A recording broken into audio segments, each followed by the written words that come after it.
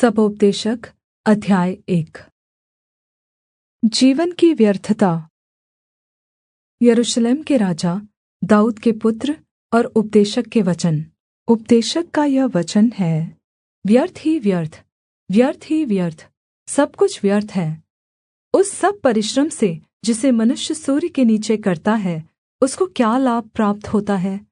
एक पीढ़ी जाती है और दूसरी पीढ़ी आती है, परन्तु पृथ्वी सर्वदा बनी रहती है। सूर्य उदय होकर अस्त भी होता है और अपने उदय की दिशा को वेग से चला जाता है। वायु दक्षिण की ओर बहती है और उत्तर की ओर घूमती जाती है। वह घूमती और बहती रहती है और अपनी परिधि में लौट आती है। सब नदियाँ समुद्र में जा मिलती हैं, तो भी समुद्र भर नहीं जाता। जिस स्थान से नदियाँ निकलती हैं, उधर ही को वे फिर जाती हैं। सब बातें परिश्रम से भरी हैं, मनुष्य इसका वर्णन नहीं कर सकता। न तो आँखें देखने से तृप्त होती हैं और न कान सुनने से भरते हैं। जो कुछ हुआ था वही फिर होगा, और जो कुछ बन चुका है वही फिर बनाया जाएगा। और सूर्य के नीचे कोई बात नई नहीं है। क्या ऐसी कोई बात है जिसके विषय में लोग कह सके कि देख यह नई है? यह तो प्राचीन युगों में बहुत पहले से थी। प्राचीन काल की बातों का कुछ स्मरण नहीं रहा, और होने वाली बातों का भी स्मरण उनके बाद होने वालों को न रहेगा। ज्ञान का शोक। मैं उपदेशक यरूशलेम में इस्राएल का राजा था। मैंने अपना मन लगाया कि जो कुछ आकाश के नीचे किया जाता है, उसका भेद बुद्धि से सोच सोचकर मालूम करूँ। यह बड़े दुःख का काम है जो परमेश्वर ने मनुष्यों के लिए ठहराया है कि वे उसमें लगे। मैंने उन सब कामों को देखा जो सूर्य के नीचे किए जाते हैं। देखो, वे सब व्यर्थ और मानो वायु को पकड़ना है। जो टेढ़ा है वह सीधा नहीं हो सकता, और जितनी वस्तुओं में घटी हैं वे गिनी नहीं जाती। मैंने मन में कहा, देख, जितने यरूशलेम में मुझसे पहले थे उन सभी से मैंने बहुत अधिक बुद्धि प्राप्त की है, और मुझको बहुत बुद्धि और ज्ञान मिल गया है। और मैंने अपना मन लगाया कि बुद्धि का भेद लूँ और बावलेपन और मूर्खता को भी जान लूँ। मुझे जान पड़ा कि यह भी वायु को पकड़ना है, क्योंकि बहुत बुद्धि के साथ बहुत खेद भी होता है, और जो अपना ज्ञान बढ़ाता है वह अपना दुःख भी बढ़ाता है। सबोपदेशक अध्याय 2। सुख की व्यर्थता। मैंने अपने मन से कहा, चल, मैं तुझको आनन्द के द्वारा जाँचूँगा, इसलिए आनन्दित और मगन हो। परन्तु देखो, यह भी व्यर्थ है।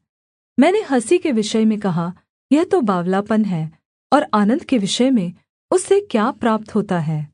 मैंने मन में सोचा कि किस प्रकार से मेरी बुद्धि बनी रहे, और मैं अपने प्राण को दाखमधु पीने से किस प्रकार बहलाऊँ और कैसे मूर्खता को थामे रहूँ, जब तक मालूम न करूँ कि वह अच्छा काम कौन सा है जिसे मनुष्य अपने जीवन भर करता रहे।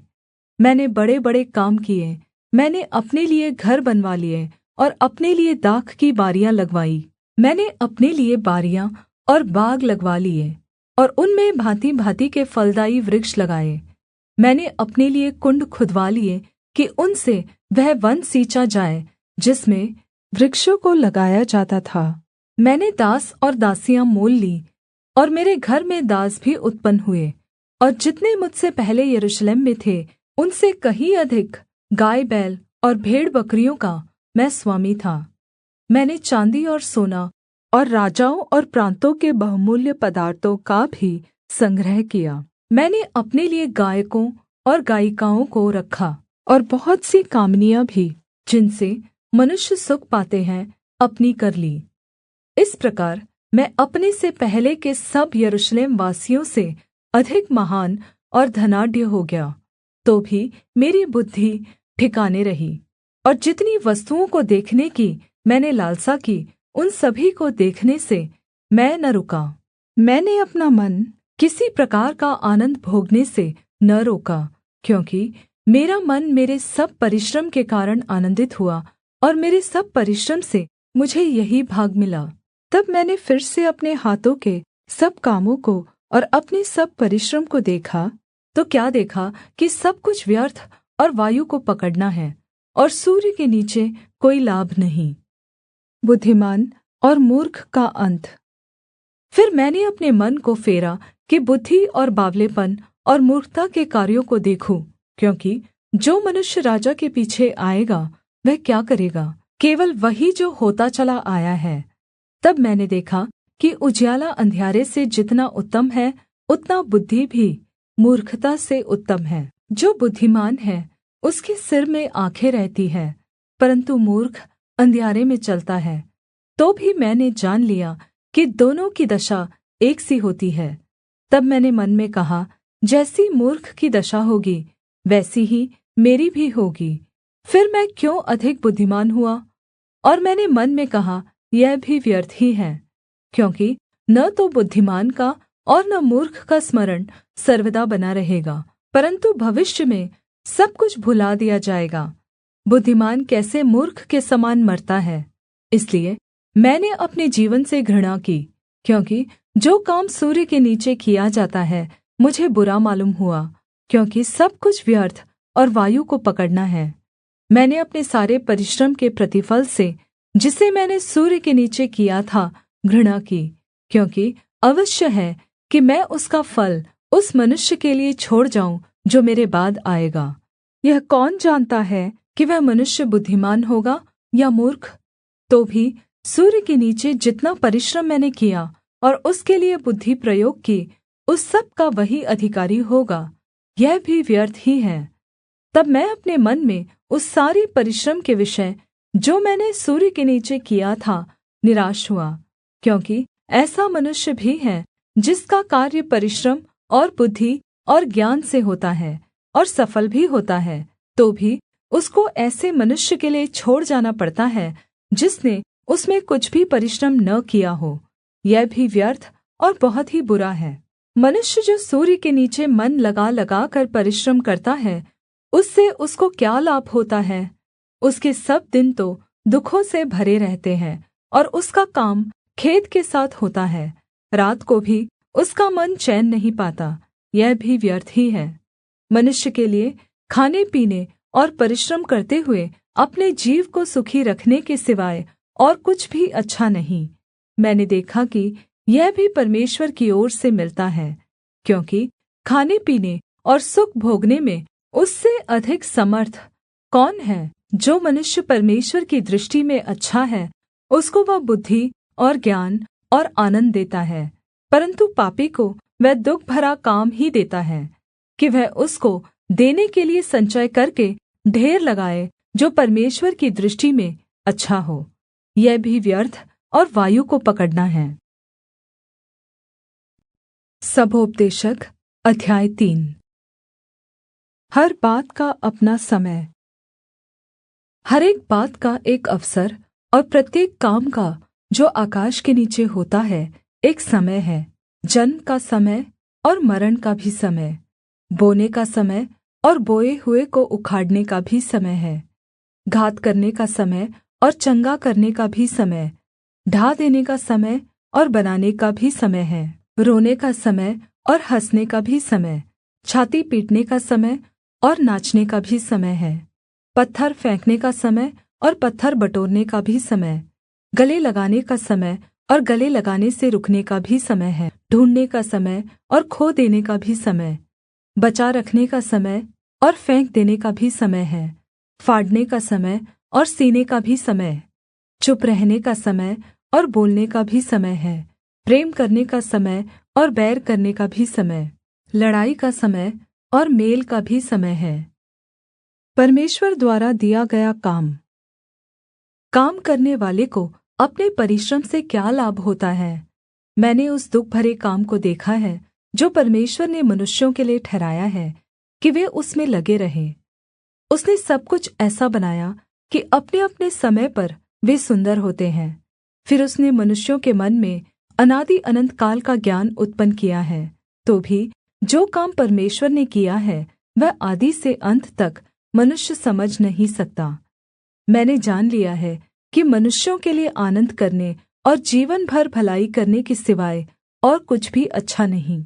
और यह भी परमेश्वर का दान है कि मनुष्य खाए पिए और अपने सब परिश्रम में सुखी रहे। मैं जानता हूँ कि जो कुछ परमेश्वर करता है वह सदा स्थिर रहेगा, न तो उसमें कुछ बढ़ाया जा सकता है और न कुछ घटाया जा सकता है। परमेश्वर ऐसा इसलिए करता है कि लोग उसका भय माने। जो कुछ हुआ वह इससे पहले भी हो चुका, जो होने वाला है वह हो भी चुका है, और परमेश्वर बीती हुई बात को फिर पूछता है। अन्याय का प्रबल होना। फिर मैंने सूर्य के नीचे क्या देखा कि न्याय के स्थान में दुष्टता होती है और धार्मिकता के स्थान में भी दुष्टता होती है। मैंने मन में कहा, परमेश्वर धर्मी और दुष्ट दोनों का न्याय करेगा, क्योंकि उसके यहाँ एक-एक विषय और एक-एक काम का समय है। मैंने मन में कहा, यह इसलिए होता है कि परमेश्वर मनुष्यों को जाँचे और कि वे देख सके कि वे पशु समान हैं, क्योंकि जैसी मनुष्यों की वैसी ही पशुओं की भी दशा होती है। दोनों की वही दशा होती है। जैसे एक मरता वैसे ही दूसरा भी मरता है। सभी की श्वास एक सी है और मनुष्य पशु से कुछ बढ़कर नहीं। सब कुछ व्यर्थ ही है। सब एक स्थान में जाते हैं। सब मिट्टी से बने हैं और सब मिट्टी में फिर मिल जाते हैं। क्या मनुष्य का प्राण ऊपर की ओर चढ़ता है और पशुओं का प्राण नीचे की ओर जाकर मिट्टी में मिल जाता है? यह कौन जानता है? अतः मैंने यह देखा कि इससे अधिक कुछ अच्छा नहीं कि मनुष्य अपने कामों में आनन्दित रहे, क्योंकि उसका भाग यही है। कौन उसके पीछे होने वाली बातों को देखने के लिए उसको लौटा लाएगा? सभोपदेशक अध्याय 4। तब मैंने वह सब अंधेर देखा जो सूर्य के नीचे होता है, और क्या देखा कि अंधेर सहने वालों के आँसू बह रहे हैं और उनको कोई शान्ति देने वाला नहीं। अंधेर करने वालों के हाथ में शक्ति थी, परन्तु उनको कोई शान्ति देने वाला नहीं था। इसलिए मैंने मरे हुओं को, जो मर चुके हैं, उन जीवितों से जो अब तक जीवित है, अधिक धन्य कहा। वरन् उन दोनों से अधिक अच्छा वह है जो अब तक हुआ ही नहीं। न ये बुरे काम देखें जो सूर्य के नीचे होते हैं, स्वार्थी श्रम की व्यर्थता।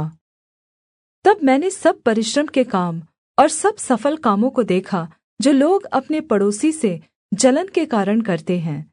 यह भी व्यर्थ और वायु को पकड़ना है। मूर्ख छाती पर हाथ रखे रहता और अपना मांस खाता है। चैन के साथ एक मुट्ठी उन 2 मुट्ठियों से अच्छा है जिनके साथ परिश्रम और वायु को पकड़ना हो। फिर मैंने सूर्य के नीचे यह भी व्यर्थ बात देखी, कोई अकेला रहता और उसका कोई नहीं है, न उसके बेटा है न भाई है, तो भी उसके परिश्रम का अंत नहीं होता। न उसकी आँखें धन से संतुष्ट होती हैं, और न वह कहता है, मैं किसके लिए परिश्रम करता और अपने जीवन को सुख रहित रखता हूँ। यह भी व्यर्थ और निरा दुःख भरा काम है। मित्र का मूल्य। 1 से 2 अच्छे हैं, क्योंकि उनके परिश्रम का अच्छा फल मिलता है। क्योंकि यदि उनमें से एक गिरे तो दूसरा उसको उठाएगा, परन्तु हाय उस पर जो अकेला होकर गिरे और उसका कोई उठाने वाला न हो। फिर यदि 2 जन एक संग सोए तो वे गर्म रहेंगे, परन्तु कोई अकेला कैसे गर्म हो सकता है? यदि कोई अकेले पर प्रबल हो तो हो, परन्तु 2 उसका सामना कर सकेंगे। जो डोरी 3 तागे से बटी हो वह जल्दी नहीं टूटती। लोकप्रियता निकलता जाना। बुद्धिमान लड़का दरिद्र होने पर भी ऐसे बूढ़े और मूर्ख राजा से अधिक उत्तम है जो फिर सम्मति ग्रहण न करे, चाहे वह उसके राज्य में धनहीन उत्पन्न हुआ या बन्दीगृह से निकलकर राजा हुआ हो। मैंने सब जीवितों को जो सूर्य के नीचे चलते फिरते हैं देखा कि वे उस दूसरे लड़के के संग हो लिए हैं जो उनका स्थान लेने के लिए खड़ा हुआ। वे सब लोग अनगिनत थे जिन पर वह प्रधान हुआ था, तो भी भविष्य में होने वाले लोग उसके कारण आनन्दित न होंगे। निःसन्देह यह भी व्यर्थ और वायु को पकड़ना है। सभोपदेशक अध्याय 5। परमेश्वर का भय मानना और प्रतिज्ञा को पूरी करना। जब तू परमेश्वर के भवन में जाए तब सावधानी से चलना, सुनने के लिए समीप जाना मूर्खों के बलिदान चढ़ाने से अच्छा है, क्योंकि वे नहीं जानते कि बुरा करते हैं। बातें करने में उतावली न करना, और न अपने मन से कोई बात उतावली से परमेश्वर के सामने निकालना, क्योंकि परमेश्वर स्वर्ग में है और तू पृथ्वी पर है, इसलिए तेरे वचन थोड़े ही हो। क्योंकि जैसे कार्य की अधिकता के कारण स्वप्न देखा जाता है, वैसे ही बहुत सी बातों का बोलने वाला मूर्ख ठहरता है। जब तू परमेश्वर के लिए मन्नत माने, तब उसके पूरा करने में विलम्ब न करना, क्योंकि वह मूर्खों से प्रसन्न नहीं होता। जो मन्नत तूने मानी हो उसे पूरी करना। मन्नत मानकर पूरी न करने से मन्नत का न मानना ही अच्छा है। कोई वचन कहकर अपने को पाप में न फँसाना, और न परमेश्वर के दूत के सामने कहना कि यह भूल से हुआ। परमेश्वर क्यों तेरा बोल सुनकर क्रोधित हो और तेरे हाथ के कार्यों को नष्ट करे?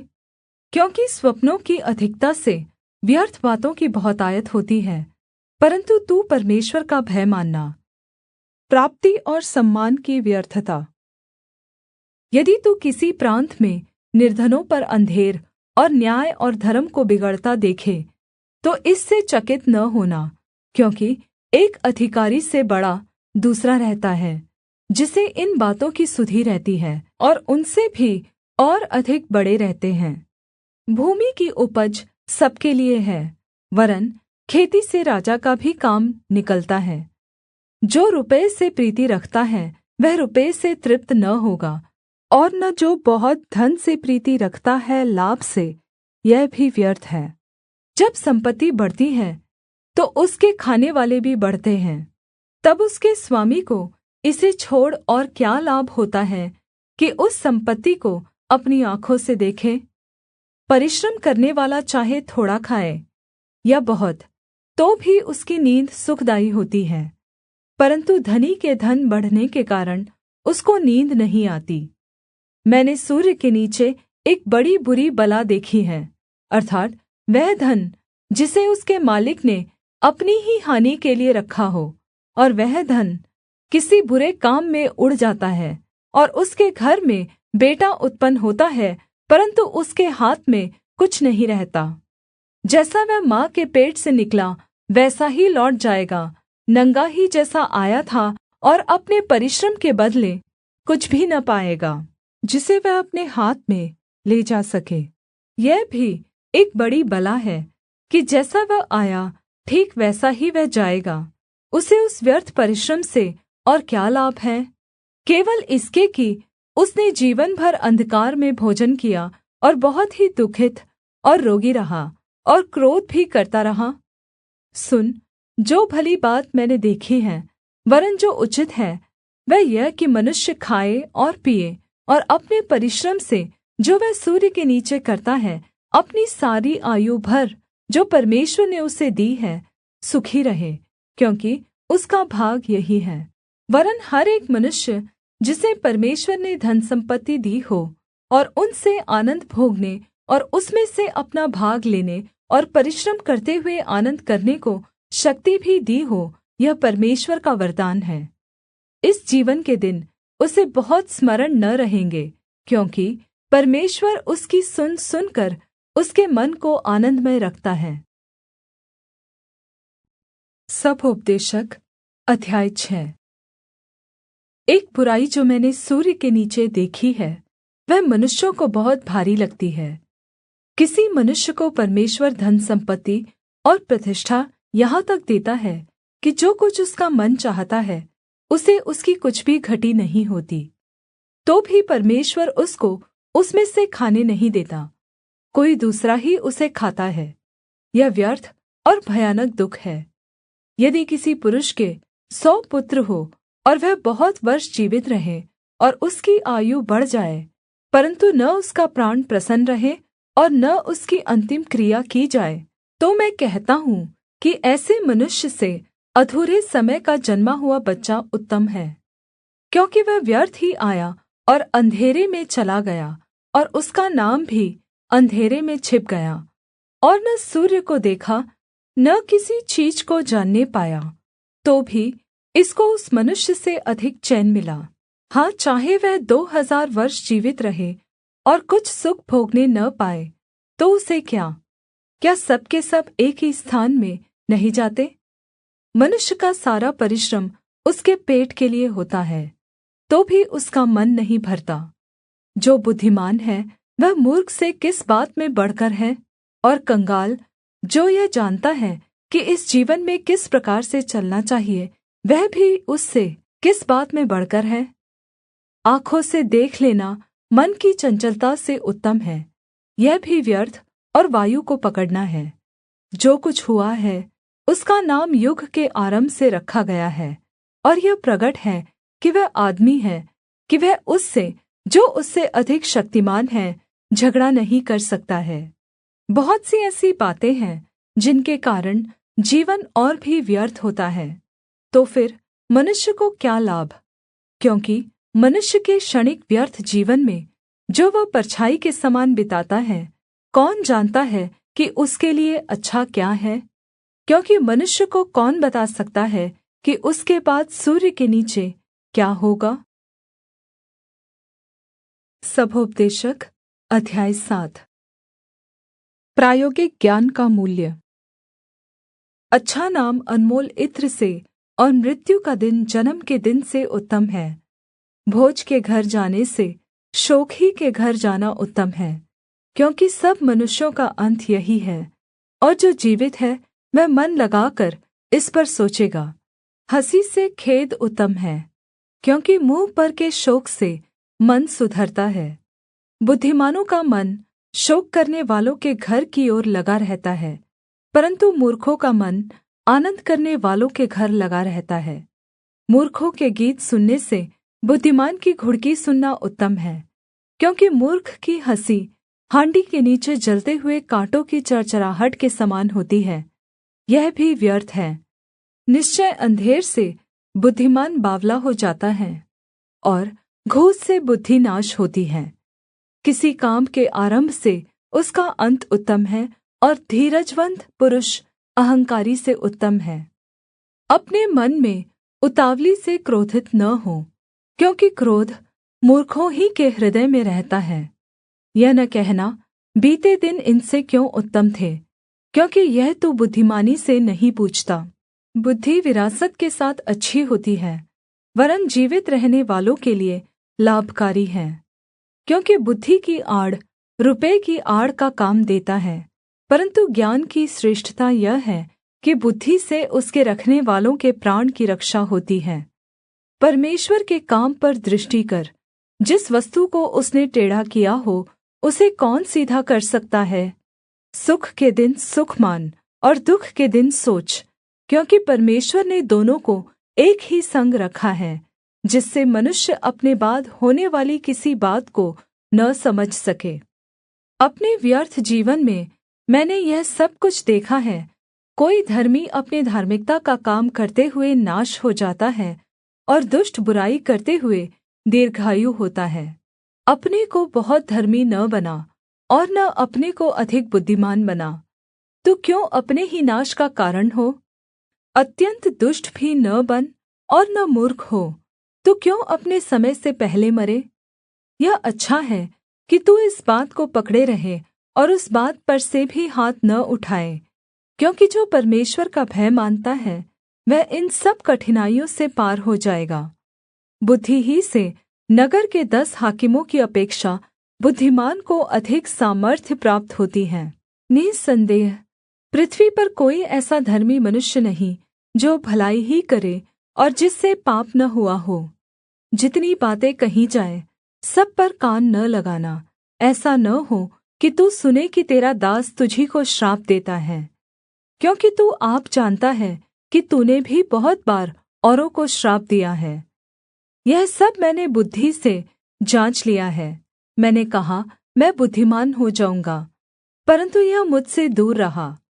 वह जो दूर और अत्यन्त गहरा है, उसका भेद कौन पा सकता है? मैंने अपना मन लगाया कि बुद्धि के विषय में जान लूँ, कि खोज निकालूँ और उसका भेद जानूँ, और कि दुष्टता की मूर्खता और मूर्खता जो निरा बावलापन है को जानूँ। और मैंने मृत्यु से भी अधिक दुःखदाई एक वस्तु पाई, अर्थात् वह स्त्री जिसका मन फंदा और जाल है और जिसके हाथ हथकड़ियाँ हैं। जिस पुरुष से परमेश्वर प्रसन्न है वही उससे बचेगा, परन्तु पापी उसका शिकार होगा।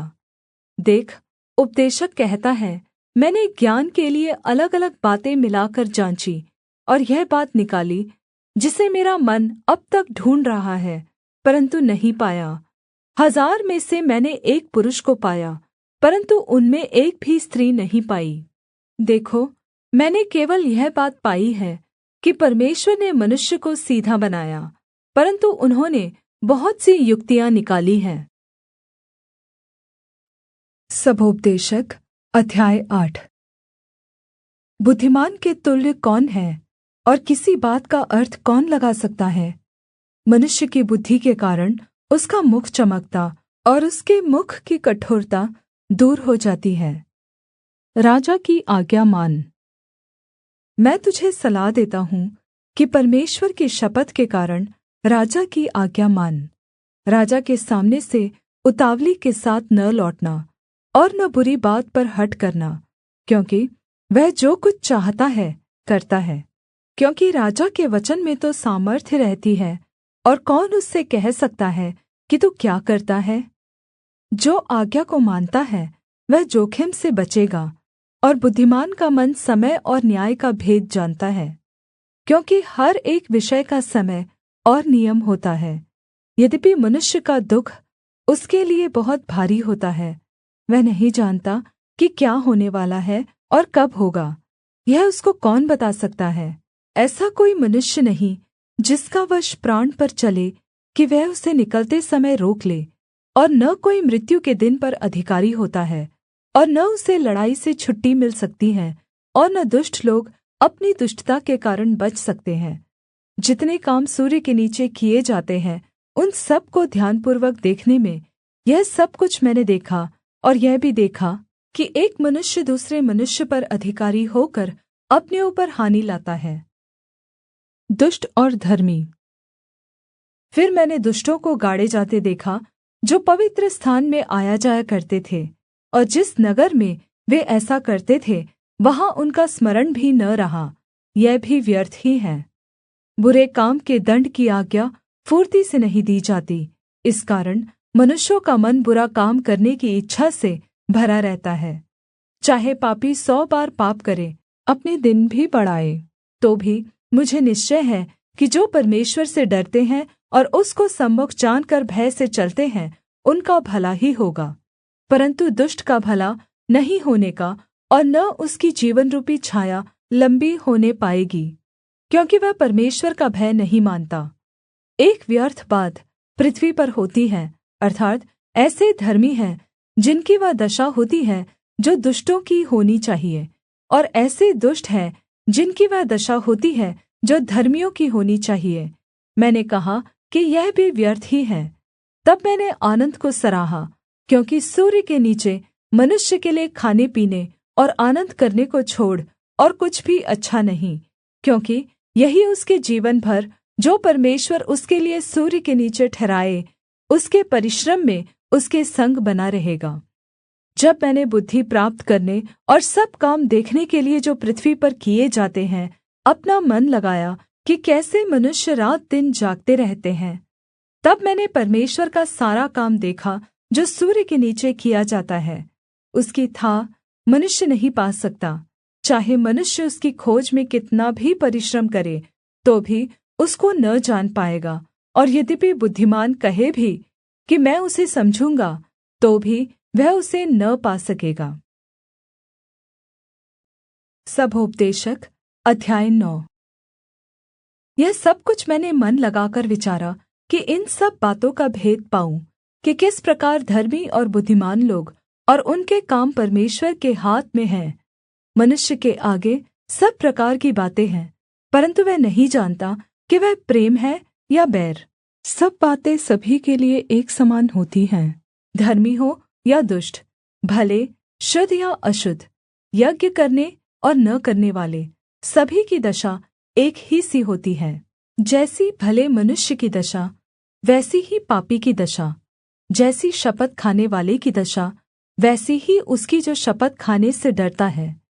जो कुछ सूर्य के नीचे किया जाता है, उसमें यह एक दोष है कि सब लोगों की एक सी दशा होती है, और मनुष्यों के मनों में बुराई भरी हुई है, और जब तक वे जीवित रहते हैं उनके मन में बावलापन रहता है, और उसके बाद वे मरे हुओं में जा मिलते हैं।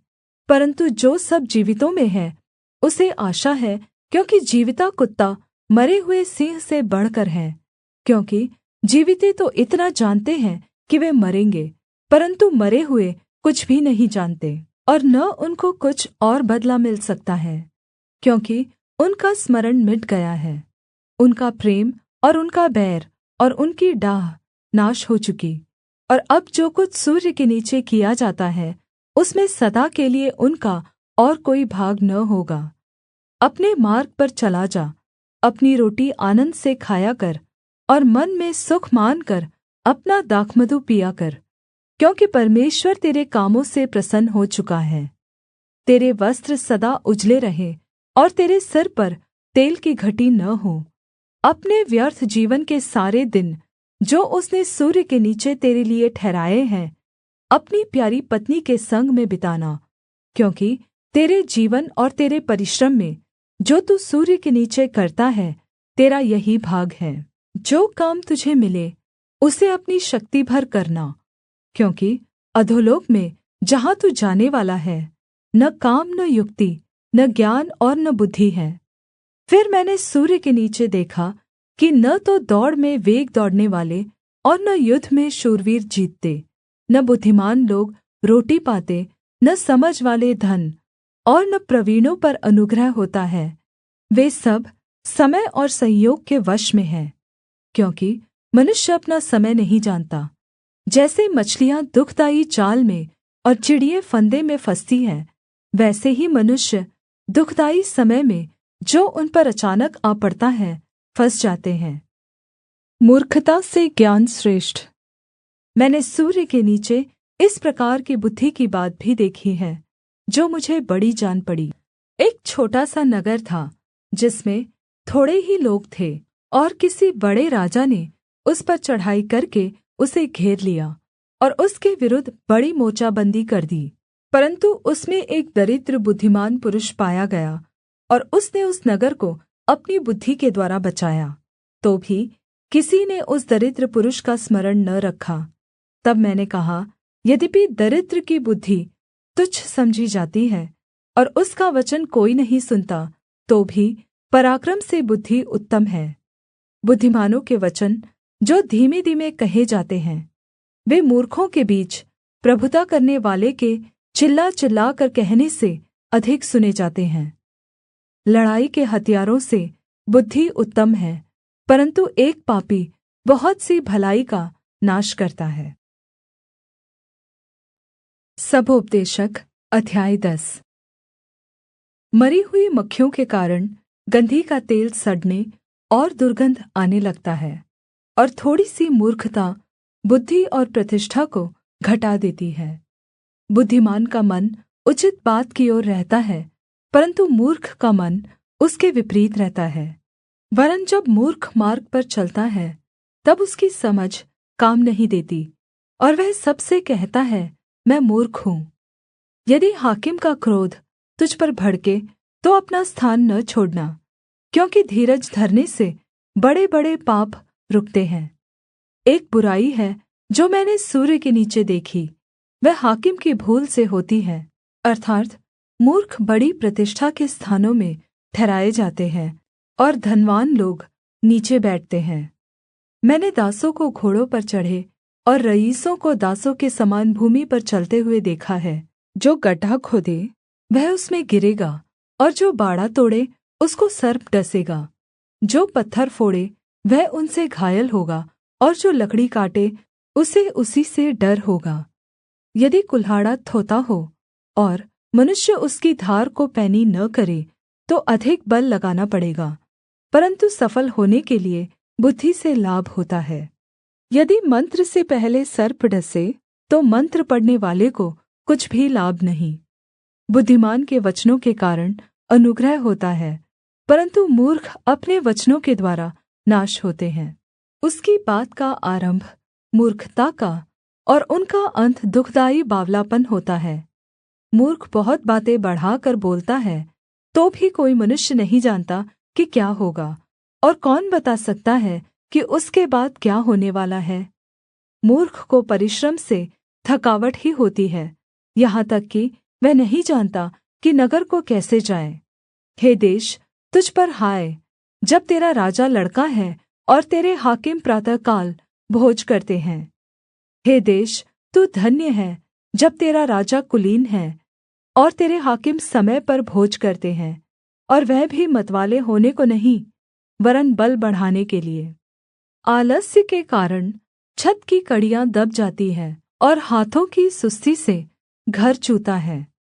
भोज हँसी खुशी के लिए किया जाता है, और दाखमधु से जीवन को आनन्द मिलता है, और रुपयों से सब कुछ प्राप्त होता है।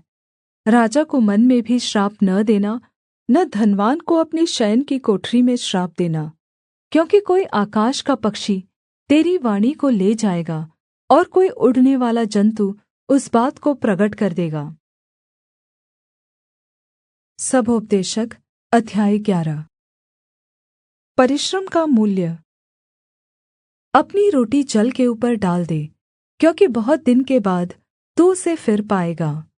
7 वरन् 8 जनों को भी भाग दे, क्योंकि तू नहीं जानता कि पृथ्वी पर क्या विपत्ति आ पड़ेगी।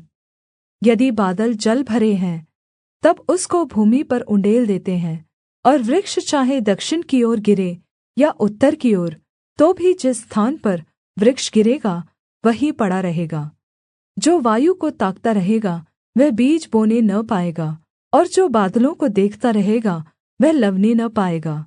जैसे तू वायु के चलने का मार्ग नहीं जानता, और किस रीति से गर्भवती के पेट में हड्डियाँ बढ़ती हैं, वैसे ही तू परमेश्वर का काम नहीं जानता, जो सब कुछ करता है। भोर को अपना बीज बो, और साँझ को भी अपना हाथ न रोक, क्योंकि तू नहीं जानता कि कौन सफल होगा, यह या वह, या दोनों के दोनों अच्छे निकलेंगे। उजियाला मन भावना होता है, और धूप के देखने से आँखों को सुख होता है। यदि मनुष्य बहुत वर्ष जीवित रहे तो उन सभी में आनन्दित रहे, परन्तु यह स्मरण रखे कि अंधियारे के दिन भी बहुत होंगे। जो कुछ होता है वह व्यर्थ है। प्रारंभिक जीवन में परमेश्वर की खोज। हे जवान, अपनी जवानी में आनन्द कर, और अपनी जवानी के दिनों में मगन रह। अपनी मनमानी कर और अपनी आँखों की दृष्टि के अनुसार चल, परन्तु यह जान रख कि इन सब बातों के विषय में परमेश्वर तेरा न्याय करेगा। अपने मन से खेद और अपनी देह से दुःख दूर कर, क्योंकि लड़कपन और जवानी दोनों व्यर्थ हैं। सबोपदेशक अध्याय 12। अपनी जवानी के दिनों में अपने सृजनहार को स्मरण रख, इससे पहले कि विपत्ति के दिन और वे वर्ष आए जिनमें तू कहे कि मेरा मन इनमें नहीं लगता। इससे पहले कि सूर्य और प्रकाश और चन्द्रमा और तारागण अंधेरे हो जाएं, और वर्षा होने के बाद बादल फिर घिर आए, उस समय घर के पहरुए काँपेंगे, और बलवन्त झुक जाएंगे, और पिसनहारियाँ थोड़ी रहने के कारण काम छोड़ देंगी, और झरोकों में से देखने वालियाँ अंधी हो जाएंगी, और सड़क की ओर के किवाड़ बन्द होंगे, और चक्की पीसने का शब्द धीमा होगा, और तड़के चिड़िया बोलते ही एक उठ जाएगा, और सब गाने वालियों का शब्द धीमा हो जाएगा। फिर जो ऊँचा हो उससे भय खाया जाएगा, और मार्ग में डरावनी वस्तुएँ मानी जाएंगी। और बादाम का पेड़ फूलेगा, और टिड्डी भी भारी लगेगी, और भूख बढ़ाने वाला फल फिर काम न देगा, क्योंकि मनुष्य अपने सदा के घर को जाएगा, और रोने पीटने वाले सड़क सड़क फिरेंगे। उस समय चाँदी का तार 2 टुकड़े हो जाएगा, और सोने का कटोरा टूटेगा, और सोते के पास घड़ा फूटेगा, और कुण्ड के पास रहट टूट जाएगा। जब मिट्टी ज्यों की त्यों मिट्टी में मिल जाएगी, और आत्मा परमेश्वर के पास जिसने उसे दिया लौट जाएगी, उपदेशक कहता है, सब व्यर्थ ही व्यर्थ, सब कुछ व्यर्थ है। मनुष्य का पूर्ण कर्तव्य। उपदेशक जो बुद्धिमान था, वह प्रजा को ज्ञान भी सिखाता रहा और ध्यान लगाकर और जाँच परख करके बहुत से नीतिवचन क्रम से रखता था। उपदेशक ने मनभावने शब्द खोजे और सिधाई से ये सच्ची बातें लिख दी। बुद्धिमानों के वचन पैनों के समान होते हैं और सभाओं के प्रधानों के वचन गाड़ी हुई कीलों के समान हैं, क्योंकि एक ही चरवाहे की ओर से मिलते हैं। हे मेरे पुत्र, इन्हीं में चौकसी सीख। बहुत पुस्तकों की रचना का अंत नहीं होता और बहुत पढ़ना देह को थका देता है। सब कुछ सुना गया, अंत की बात यह है कि परमेश्वर का भय मान और उसकी आज्ञाओं का पालन कर, क्योंकि मनुष्य का संपूर्ण कर्तव्य यही है। क्योंकि परमेश्वर सब कामों और सब गुप्त बातों का, चाहे वे भली हो या बुरी, न्याय करेगा।